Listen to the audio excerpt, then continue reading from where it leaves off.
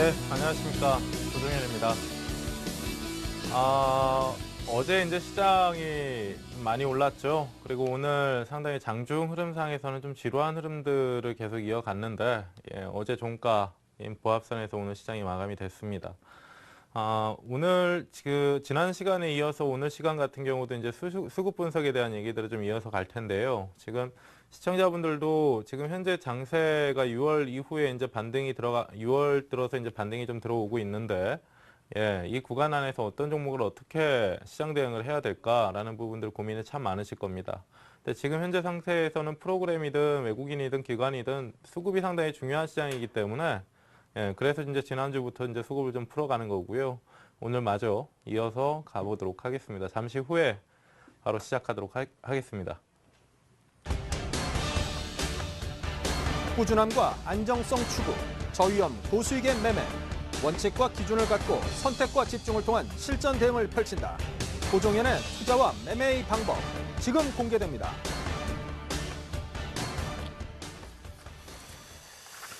예.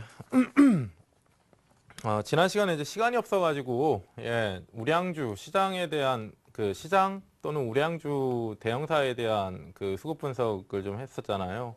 시간이 없어서 개별주나 중소형사의 종목군들은 다루지를 못했었습니다. 그래서 오늘 좀 이어가고자 하는 것인데, 자, 일단은 지난주에 이제 간단하게 말씀드릴게요. 지난주에 했던 내용들. 사실상 이제 대형사들을 매매하는, 투자하는 데 있어서, 예, 수급 분석이 상당히 중요하다라는 말씀을 드렸고, 지난주에 이제 몇몇 대형사들의 종목군들 수급 동향을 이전에 이제 역사적으로 어떻게 흘러왔는지에 대한 부분을 좀 말씀을 드렸었습니다. 근데 실제로 참 시장의 메이저와 그리고 일반 개인 투자자들 이렇게 딱 이제 수급 주체는 기관, 외국인, 개인인데, 그리고 뭐 국가 및 지자체가 있죠, 따로.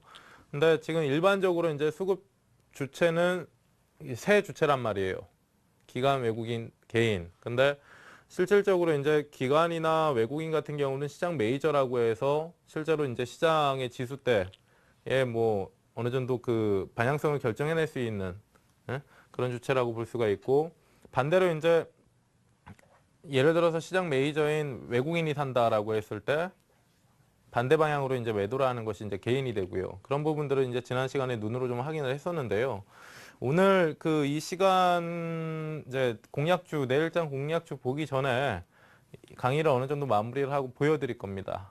그러니까 시장에 대한 수급, 지금 시장의 수급 구도가 어떻게 변화되고 있는지 상당히 좀 중요한 시점이다라는 것만 알고 가도록 하시고요. 잠시 후에 확인을 시켜드릴게요.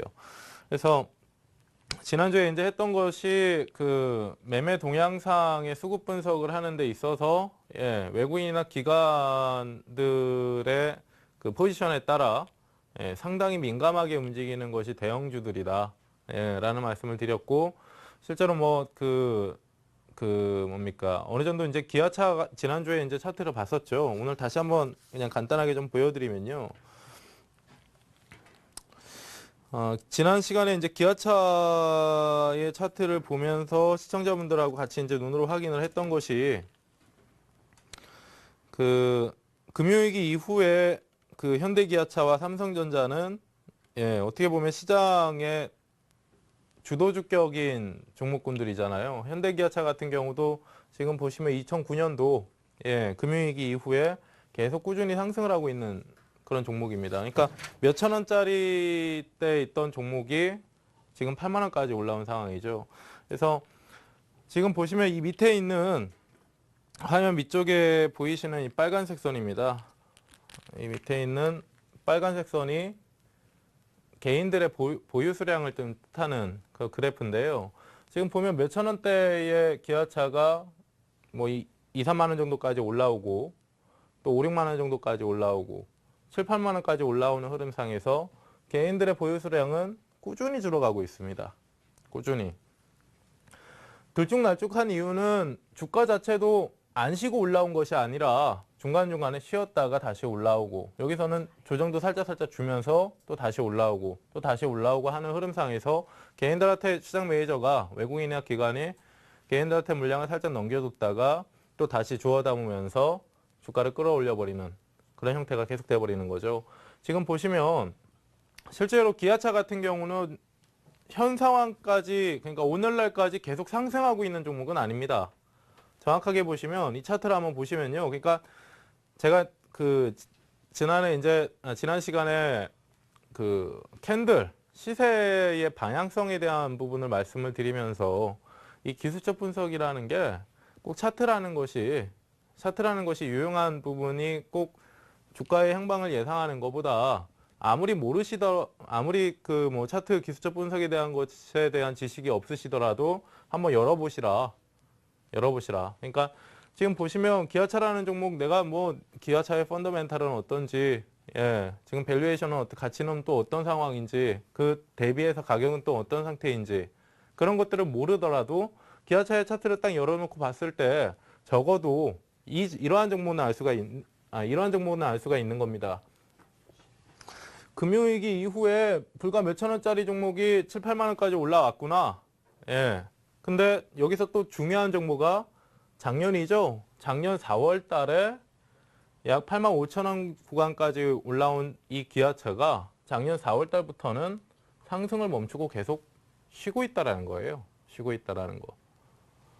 주가가 방향성이 없잖아요. 지금 횡보잖아요. 방향성이 횡보잖아요. 위아래 방향성이 아니라 올라가거나 내려가는 것이 아니라 멈춰 있죠. 주가가. 지금 보시면 기아차는 여전히 오늘날까지 상승하는 종목이 아니라 작년 4월 달에 상승을 멈춘 종목입니다. 상승을 멈추고 버티고 있는 종목이죠. 실제로 시장 같은 경우는 이 기아차라는, 최근에도 이제 현대기아차, 삼성전자를 주목하는 이유 자체가 현대차도 마찬가지의 차트예요. 근데 그들을 계속 얘기를 하는 이유 자체가 시장 자체는 작년에 이제 2월 조정받고 5월 조정받으면서 결국에는 반등이 들어가고 4월 구간상에서 2231포인트라는 신고점이 나왔습니다. 신고점. 그 당시의 고점을 이제 만들어 놓은 거거든요. 그리고 나서 시장은 2231포인트의 고점인데 시장이 지금 옆으로 횡보하고 있는 게 아니죠. 그 고가권에서 조정을 받았잖아요. 1800포인트까지. 그런데도 얘네들은 가격을 계속 지켜주고 있다는 거죠. 그래서 시장을 지탱하는, 수급을 지키고 있는 주도주라는 겁니다. 그래서 지금 보시면 잠깐 옆으로 얘기가 샜는데 기아차의 차트를 보시면 작년 이제 4월 달에 상승을 멈췄어요. 그리고 시세가 계속 유지되고 있습니다. 횡보를 주고 있습니다. 추가 상승이 들어가는 것이 아니라. 근데 지금 보시면 이게 이 밑에 있는 게 이제 개인 보유 수량인데 상승기까지의 기아차의 개인들 보유 수량을 한번 보세요. 여기서 잠깐 이렇게 늘어나잖아요. 이 부분에서 잠깐 늘어나는데 몇천 원짜리 1, 2만 원 지나고 3, 4만 원 지나고 5, 6만 원 지나고 18만 원까지 올라올 때는 꾸준하게 줄어든다는 거죠. 꾸준하게. 네? 그래서 지금 보시면 꾸준하게 줄어든 이후에 고점을 확인하고 나서 상당히 좀 지루하게 횡보를 거치는데 그 구간 안에서는 시세가 오르지도 않고 내리지도 않는 흐름상에서는 개인들이 물량을 좀 많이 가져갑니다. 많이 가져간 상태에서 최근에 올해 이제 2, 3월 달이죠. 2, 3월 달이 지나고 나서 2, 3월 달이 지나고 나서 시장은 그냥 횡보를 주는데 그 구간에서 다시 고가권으로 올라갑니다. 그 구간에서는 또 지고 있던 개인들의 물량들이 줄어들기 시작하죠. 그러니까 결국에는 이런 대형사의 주가를 결정하는 것이 시장 메이저다라는 답이 나오는 거고요. 기아차뿐만 아니라 주도주격의 종목군들뿐만 아니라 실제로 코스피 200 안에 웬만한 인지도 있는, 그러니까 시청자분들이 내가 매매는 안 했어도 어떤 종목, 예를 들어서 하나지주, 두산지주, LG전자 이 정도의 이제 익숙한 대형사들 같은 경우는 보통 대개 이러한 흐름들이, 이러한 이제 수급 변화가 나온다라고 이해를 하시면 돼요. 그만큼 개인들이 보유 수량 주가의 상승기에 개인들의 보유 수량이 줄어든다라는 것은 기관이든 외국인이든 한쪽이 가져간다라는 겁니다. 한쪽이 가져간다. 그러니까 굳이 지금 기아차의 수급 분석을 하는 데 있어서 외국인이 사냐 기관이 사냐 그게 중요한 게 아니라 개인들이 사고 있냐 팔고 있냐 이게 중요한 거란 말이에요.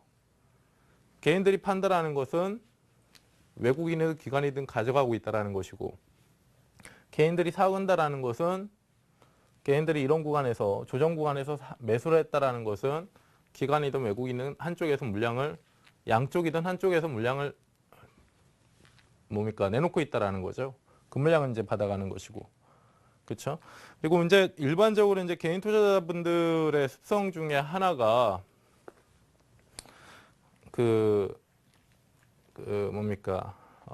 시장 메이저라고 하는 소위 이제 기관이나 외국 애들 같은 경우는, 예? 기관이나 외국 애들 같은 경우는 실제로 운용 인력들이 매매를 하는 형태 자체가 강세 구간이든 약세 구간이든 강한 종목을 우선으로 합니다. 강한 종목을 우선으로. 그래서 간다고 부담스러워하는 게 아니라 가니까 물량을 더 실어버리는 거예요. 근데 일반적으로 개인 투자자분들 같은 경우는 내려올 때 받아서 사고 올라올 때 달아놓고 팔고, 보통 이러한 매매를 하시잖아요. 일반 개인 투자자분들이. 그러니까 기본적으로 호가를 막 잡아먹으면서, 호가를 막 잡아먹으면서 시세를 올리는 것도 시장 메이저고, 물량을 밑으로 쏟아 부으면서 시세를 하락시키는 것도, 하락 압력을 보여하는 것도 시장 메이저라고 보시면 됩니다. 그러니까 항상 저는 이제 근본적인 문제라고 봐요, 이것이. 그러니까 개인 투자자분들이 잘못 배웠다, 이런 것이 아니라 기본적으로 그 운용 전략, 그 주식 투자를 하시는 데 있어서 철학이나, 나름대로의 철학이나 뭐 운영의 이제 계좌 운용의 방법 자체가 잘못된 것이 아니라 기본적인 이제 습성이라고 해야 되겠죠. 습성이라고. 그러니까 참 오래전부터 이제 자리를 잡고 있었던 겁니다. 이런 것이. 그러니까 저 같은 경우도 이제 주식 투자를 한 지 이제 10년, 11년 차가 되는데, 그 전의 데이터도 이제 계속해서 열어보게 되면요. 항상 이제 기술적 분석이라는 게 말씀드렸듯이 지금 현재의 이 상황을 가지고만 현재를 가지고 미래를 예상하는 게 아닙니다. 과거의 데이터를 가지고 통계를 내서 확률적으로 미래를 논할 수 있는 게 기술적 분석이다라고 했잖아요. 100%의 확률이라는 건 없어요. 아무리 내가 빅이다라고 해서, 저도 이제 그 리치맥 고객분들한테 말씀을 드릴 때 기법이라는 단어를 안 씁니다. 기법이라는 단어가 참 우스운 단어 같아요. 우스운 말 같습니다. 그러니까 지난번에도 한번 예를 들었지만 1 더하기 1은 참 이것도 식상한 공식이죠. 식상한 내용들인데 1 더하기 1은 2다. 근데 1 더하기 1은요. 발상을 전환을 시킨다라고 하면 1 더하기 1은 11이 될 수도 있어요. 이게 주식시장입니다. 그러니까 100%의 승률을 논하고자 하는 것이 아니라 예전의 데이터를 얼마나 자세하고 치밀하게 분석을 했느냐에 따라서 미래를 예상했을 때 그 승률 자체가 좀 달라지겠죠. 항상 우리가 이제 이전에도 이제 수렴에 대한 얘기들을 했었잖아요. 뭐 상승 삼각형이 있고 하락 삼각형이 있고 대칭 삼각형이 있다, 이런 얘기들 했었잖아요. 근데 그런 것을 외우시면 안 된다라고 말씀을 드리는 게, 자 보세요. 예를 들어서 N자형 패턴이 있어요. 전저점보다 높은 다음 저점을, 현재의 저점을 만들어 놓고 반등이 들어갈 때는 전고점을 넘어갈 가능성이 높다. 그러면서 알파벳 N, 영어 알파벳 N이 나오는 것인데, 이게 N자형 패턴이라고 하는 것인데, 이것은요, 시청자분들 누군가 하나 이건 N자형 패턴이 무조건 나와야 되는 거야, 아무 이유 없어, 본질이 없기 때문에 그냥 아무 이유 없이 N자형 패턴이 나오는 거야 라고 얘기를 하는 것이 아니라, 예전에 이러한 데이터들이 뭉쳤기 때문에 한 10번 중에 저점이 높아지면 전고점을 높아하는 흐름들이 많이 나왔었잖아, 이전에, 과거에 라고 했을 때 10번 중에 9번이 넘어가더라. 그러면 지금 현재도 전저점보다 높은 현재의 저점을 만들어 놨다라고 했을 때 이번에는 전고점을 못 넘어갈 거야 라고 하는 게 확률이 높겠습니까? 이번에도 전고점을 넘어갈 거야 라고 하는 게 확률이 높겠습니까? 그러니까 그겁니다. 넘어가는데 확률이 훨씬 더 높은 거죠. 예전에는 10번 중에 9번이 넘어갔는데 이번에는 특이한 케이스인 한 번 못 넘어간 한 번이 될 거야 라고 예상을 하는 것보다 9번이 넘어갔으니까 이번에도 넘어갈 수 있다. 라고 보고 가는 게 기술적 분석이라는 거죠. 예. 그래서 마우스가 좀 떨어졌는데요. 예. 그래서 어디까지 했었죠? 예. 그래서 지금 보시면 역사적으로 이러한 수급 구도가 나왔다라는 거예요. 대형사나 시장을 보게 되면. 지금 현재 구간도 마찬가지입니다. 예. 시청자분들이 지금 기술적으로 놓치고 있는 부분들이 분명히 있는데요. 5월에 시장 조정 들어왔잖아요. 중순까지 가격 조정 들어가고 중순부터 말까지 5월 말까지 지난달 말까지 변동성의 구간이 나왔었습니다. 그리고 6월 들어서요.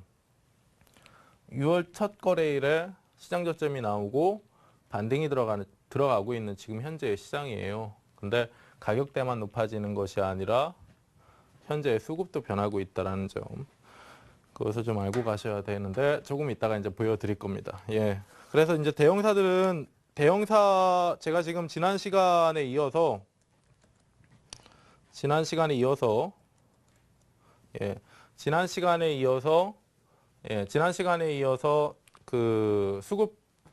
이 수급에 대해서 말씀드린 내용들은 대형주, 우량 대형사들과 시장 안에서 수급 분석을 하실 때 참고하셔야 되는 내용이다라고 하는 것이고요.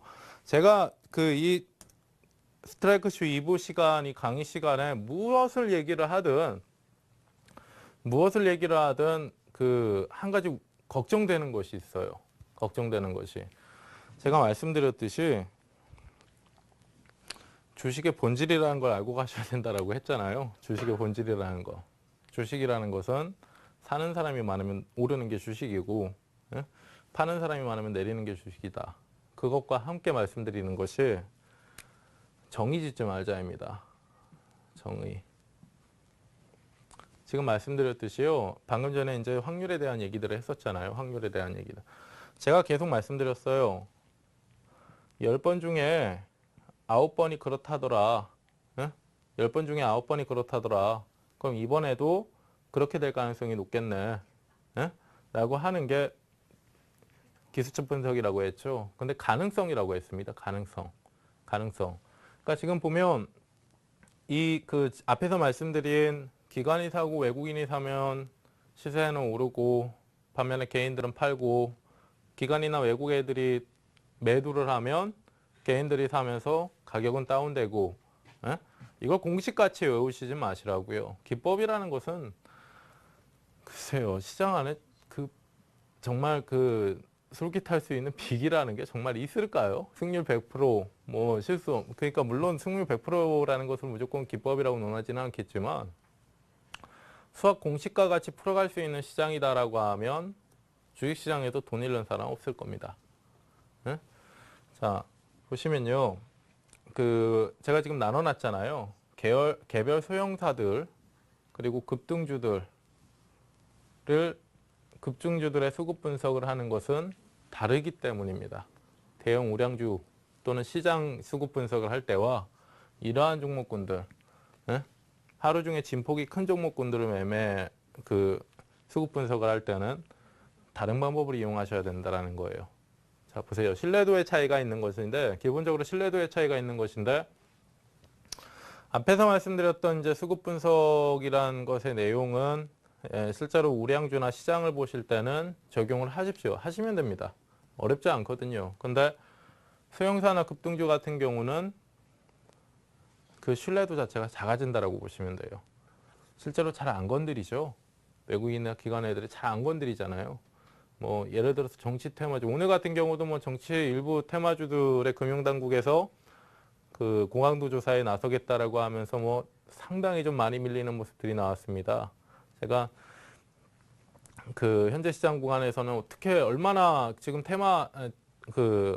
현재 구간 안에서는 대형사 시장 업종의 중심이 되는 대표주를 사야 된다.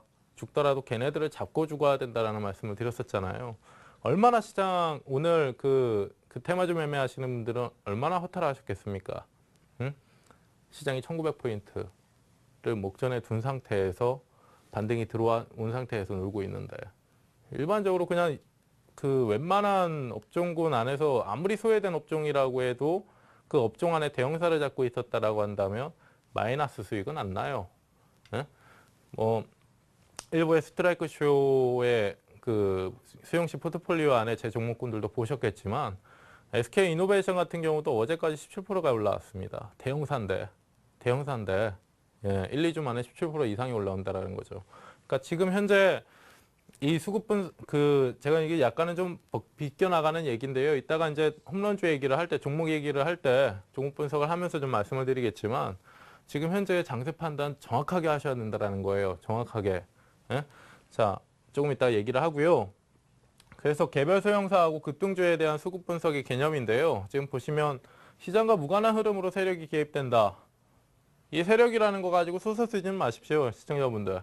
예? 특정 개인이 있나 보구나. 그것이 이제 세력을 뜻하는구나. 이런 식으로 생각하지 마시고 세력이라는 것은 그냥 매수세예요, 매수세. 매수세 또는 매도세라고 보시면 됩니다. 예? 근데 지금 보면 시장과 무관한 흐름이라고 하잖아요. 앞에서 말씀드렸듯이 시장과 대형사들의 수급 분석을 했을 때는 메이저하고 개인을 나눠놨죠. 메이저하고 개인을 나눠놨잖아요. 근데 급등주들, 소별 개형사 테마 급등주들 같은 경우는 굳이 이렇게 나눠놓으실 필요가 없습니다. 잠시 후에 이제 수급표로 보여드릴게요. 자, 그리고 단순 수급 동안 분석으로는 신뢰도가 떨어진다. 앞에서 말씀드렸던 시장이나 우량주를 분석하는 그런 분석 방법을 가지고 여기다 대입해서 분석을 했다라고 하면 오차 범위가 상당히 클 수밖에 없다라는 겁니다. 개인 투자, 외국인 투자자들 같은 경우도 외국계 창고를 이용해서 단기 거래를 합니다. 하루 이틀간의 거래도 해요. 하한가 들어가는 종목 물량 잡아놨다가 다음날 반등 한 5, 6% 들어가면 끊어내고 나오기도 합니다. 실제로. 그러니까 그런 앞에서의 방식과는 완전히 다른 거죠. 앞에서의 방식과는 완전히 우량주 같은 애들이 하루 뭐 하한가 들어갔다가 다음날 5, 6% 반등 들어가고 시세가 계속 이렇게 왔다 갔다 하는 게 아니잖아요. 우량주라고 하는 것은 대형 우량주라고 하는 것은 기본적으로 지수로 움직이는 애들이기 때문에 시장 따라서 움직이는 애들이라고 보시면 돼요. 근데 시장 따라다니는 애들이 상한가 가고 하한가 간다라고 하면 우리나라 지수대의 진폭이 얼마나 되겠습니까? 매일같이 사이드카 서킷 브레이커 계속 걸리겠죠. 예? 근데 그게 아니라는 거예요. 그래서 이렇게 이제 약간의 진폭이나 급등락을 하는 종목군들 같은 경우는 외국인들이 쌌다 팔았다 한다라고 해서 앞에서 말씀드렸던 그런 수급 분석의 방법을 가지고 여기다 대입해서 얘기를 하시면 안 된다. 해석을 하시면 안 된다라는 것이고요. 세력주만의 분석 방법을 이용해야 된다라는 것인데 이거는요. 제가 오늘은 좀 미리 말씀드릴게요. 미리. 또 이 시간이 없어질까 봐. 제가 오늘 이 스트라이크쇼 2부를 마치고요. 예, 리치맵 사이트 안에서 온라인 사이트입니다. 온라인 PC로 이제 접속을 하셔야 되는데 리치맵 사이트 안에서 오늘 설명을 좀 해드릴게요. 오늘은 기본적으로 종목 얘기를 좀 많이 할 겁니다. 시장에 대한 얘기로 중심을 잡아드리고 예, 종목 얘기를 많이 할 겁니다. 온라인 사이트에서 많이 할 거예요. 그러니까 오늘은 지금 이 TV 프로는 강의 시간이기 때문에 강의도 좀 이어가고요. 실제로 이제 내일 다음 주까지 해서 시청자분들 같은 경우도 시장 상황을 상당히 궁금하실 테고 그 구간 안에서 이제 어떤 종목군들을 어떻게 거래해야 되냐라는 부분들을 참 의문을 가지고 계실 텐데 그 부분을 오늘 풀어드리도록 하겠습니다. 이 내용하고. 자, 그래서 지금 보시면 제가 이제 예를 좀 차트를 보면서 예를 좀 들어드릴게요. 예를 좀 들어드릴게요. 이전에 이제 지난 시간 같은 경우도 기아차하고 뭐 기업은행하고 뭐 이러한 종목군들 예를 좀 들었었잖아요. 오늘 앞에서 이제 개별주 몇 종목을 한번 보겠습니다. 얘도 참 이전에 뭡니까 작년이죠. 작년 초반에 유명했던 종목이죠. 서한. 예. 보시면 여기서 이제 급등 시세가 들어오죠. 동전주가 2,000원 위쪽까지 올라오는 흐름이 나오는데요. 5, 600원짜리가 이제 2,000원 위쪽까지 올라오는 흐름이 나오는데 자, 여기를 한번 잘 보세요. 예, 여기를 한번 잘 보세요. 재작년입니다. 2010년 12월 달에 이제 급등이 들어오고 1월 달까지 뭐 등락이 나오죠. 그리고 고가가 2월 10일 날 잡히는데 이 밑에 이 그 하단에 하단에 이 수급표를 한번 잘 보세요. 자, 우리가 일반적으로 생각을 한다면 아까도 이제 기아차를 봤습니다. 기아차를 보니까 주가가 몇천 원짜리가 1, 2만 원, 3, 4만 원, 5, 6만 원, 6, 7만 원, 8만 원까지 올라오는 흐름상에서 개인들의 투자 비중은 보유 수량은 계속 줄어들었단 말이죠. 그리고 작년 4월 달에 고점을 8만 5천 원 영역권에서 고점을 찍고 단기 조정을 주니까 얘네들이 반짝 올라오는 모습이 나왔고요. 개인 투자자들이. 완전히 주가하고는 반대로 간 거잖아요. 이 빨간색 선이 개인 보유 수량이라고 했습니다. 자, 보세요. 작년 12월 달에 올라오기 시작해서 5, 600원짜리가 2,000원까지 올라와요. 2,000원까지. 쉬지 않고 올라옵니다. 계속 올라옵니다. 계속 올라온 상태에서 보시면 고점을 확인하고 나서 개인 투자자들이 사기 시작하죠. 사기 시작하죠. 빨간색 선입니다. 빨간색 선. 사기 시작하고 지금 보시면 여기까지는 팔지 않고 계속 보유 중이에요. 근데 고가는 2월 10일 날 나온다라고 했잖아요. 여기 나온 거예요. 여기에. 2월 10일 이날 나온 겁니다. 근데 얘네들 한번 보시면 여기까지 시장의 이 종목의 고가가 2월 10일 날 나왔으니까 이번에는 주가가 올라가는 것과 같이 개인들의 보유 수량도 같이 올라가네. 그쵸? 자, 정확하게 이해하셔야 돼요. 앞에서 이제 기아차 얘기를 했습니다. 걔네들 같은 경우는 외국인하고 기관, 시장 메이저라는 애들이 주식을 사면서 걔네들이 주식을 산다라고 하는 것은 반대로 이제 개인들의 가격이 올라가는데 개인들의 수량이 줄어든다라는 것은 기관이나 외국인 쪽에서 사고 있다라는 뜻이다라고 말씀을 드렸잖아요. 응? 기관 외국인 개인까지 세 주체가 모두 파는 종목은 없어요. 모두 파는 종목은 없습니다. 응? 자, 보세요. 개인 보유 수량이 줄어드는 흐름상에서 가격이 상승하고 있다라고 했을 때 결국에는 한쪽에 외국인이나 기관이 사고 있다라는 거 아니에요. 둘이 같이 사거나 외국인이 강하게 사고 기관도 같이 팔 수가 있어요. 개인들하고. 응? 이 두 주체 안에서 매수 주체가 잡힌다라는 게 중요한 거 아닙니까? 그래서 지금 보면 기아차 같은 경우는 시장 중심주고 주도주고 지수 관련주로서 가격이 상승을 하는데 개인들의 보유 수량이 줄어들었다. 그렇죠? 작년 4월 달에 고점이 나왔고 작년 4월 달 고점이 나올 때까지는 꾸준하게 개인들의 보유 수량이 줄어들다가 작년 4월 달 고점 이후에 조정을 주니까 그때 개인들의 보유 수량이 반짝 올라왔죠. 위쪽으로. 늘어났잖아요. 자, 지금 보세요. 얘는 서한이라는 종목이에요. 서한이라는 종목이 몇십 개의 서한이라는 종목에서 뭐 서한 1, 서한 2, 서한 3 해가지고 몇십 개가 있다라고 해도 얘네들이 우르르 움직여 봤자 지수대에 영향을 줄 수는 없습니다. 그만큼 시가총액이 낮은 소형주기 때문인데요. 자, 보세요. 그래서 이러한 이제 급등의 진폭도 가능한 겁니다. 자, 보시면 작년 2월 보세요. 작년 2월 달에 2,380원이라는 고점이 나왔는데 그 시기까지 오히려 얘는 기아차의 수급 동향과는 다르게 개인들의 매수 비중이 늘어났잖아요. 응? 개인들의 보유 수량이 늘어났잖아요. 주가가 상승하는 구간에서. 그렇죠? 근데 얘네들이 지금 돈을 벌었을까? 이때 매수한 개인 투자자들이 돈을 벌었을까? 라는 겁니다. 안 팔아요. 못 파는 거죠. 못 파는 거죠. 주가가 더 올라가지 못했습니다. 밀려버린 거니까. 에? 밀려서 지금은 거래도 부진하고 소외받고 있잖아요. 자, 보세요.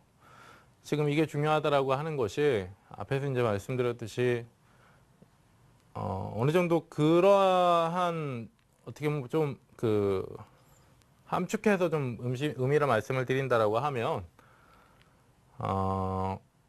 시장 관련의 대형 우량주 그리고 시장 수급 같은 경우는 외국인과 기관이라고 하는 시장 메이저가 있고요. 여기에 반하는 개인 투자자가 있습니다. 개인 투자자. 근데 항상 이제 거꾸로 가는 거예요.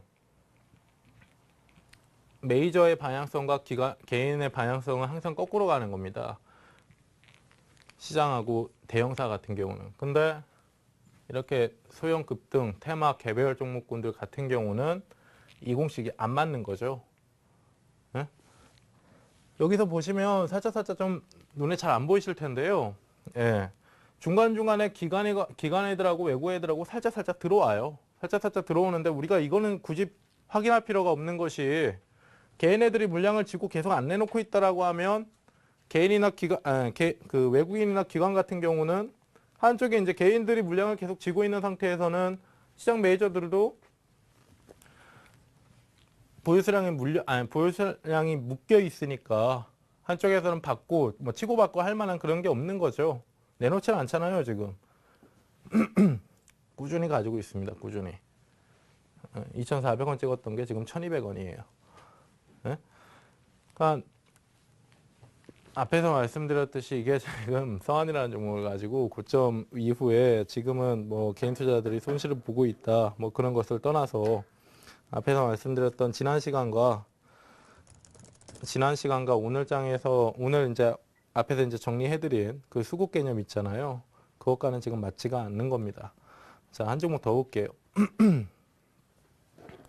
NRD라고 하는 종목인데요. NRD라고 하는 종목인데 얘도 한번 잘 보세요, 시청자분들.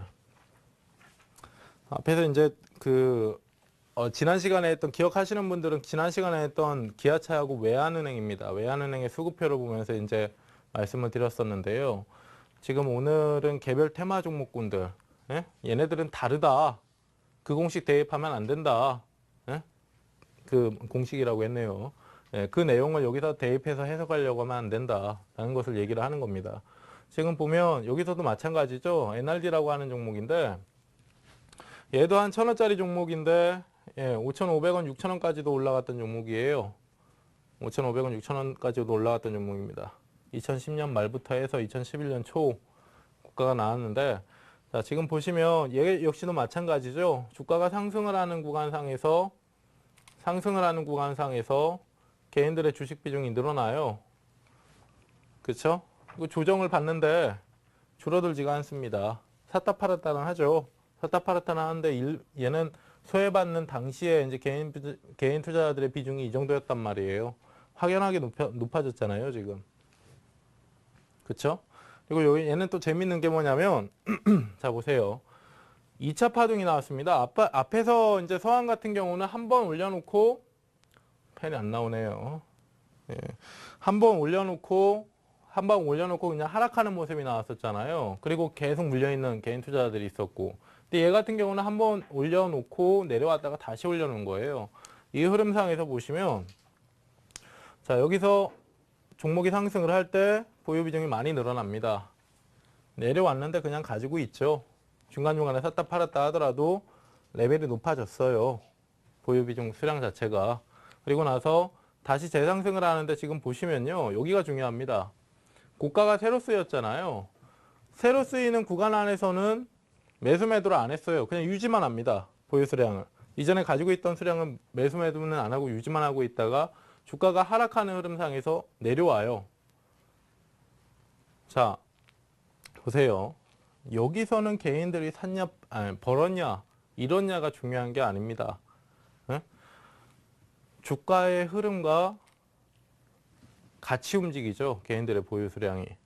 우리가 앞에서 이제 배웠던 시장이나 대형 우량주들을 배울 때는 주가가 오를 때는 개인 수량은 줄어들고 주가가 내릴 때는 개인 수량은 는다 라는 것을 얘기를 했었잖아요. 그렇죠? 그러니까 NRD 같은 경우도 지금 주가하고 똑같이 움직인 거예요. 주가 하락하니까 개인 수량도 같이 내려와 버립니다. 그럼 개인들이 지금 팔면서 내려갔다라는 건데, 응? 앞에서 대형사 수급 얘기할 때 하던 그 내용과는 완전히 다르잖아요. 응? 그러니까 개별주 같은 경우는 중요한 것이 그 수급 분석이라는 것이 실제로 특히 이제 상한가 종목군들, 상한가를 기록하는 종목군들 같은 경우는 이 수급 분석이라는 게 참 의미가 없습니다. 시청자분들. 말 그대로 아는 사람만 아는 거예요. 예? 그 아는 사람들이라는 게 누군지는 모르겠지만, 예? 뭐 그 몇몇 이제 개인 투자자분들 같은 경우는 창구 분석이라고 해서 그쵸? 창구 분석이라고 해서 증권사 5개 회원사 상위 5개 회원사 찍게 되는 거 있잖아요. 뭐 키움증권에서 오늘 몇만 주 들어왔고, 예? 삼성증권에서 몇만 주 들어왔고, 현대증권, 대신증권, 예? IBK증권 뭐 해가지고 계속 나눠놓고 주포가 그 쓰는 창구 예? 찾아야 된다라고 하면서 이걸 보시는데 아주 간단하게 생각하시면 됩니다. 나 산다라고 해서 주식 매수하겠어요, 시청자분들? 내가 이 종목이 너무 좋아서 물량을 좀 확보를 하고자 합니다. 예를 들어서 A라는 종목을 예? 티나게 그냥 한 창구에서만 계속 밀어넣겠어요. 나 매수한다 보여주면서 가격 올리면서요. 예? 불가능하다고요.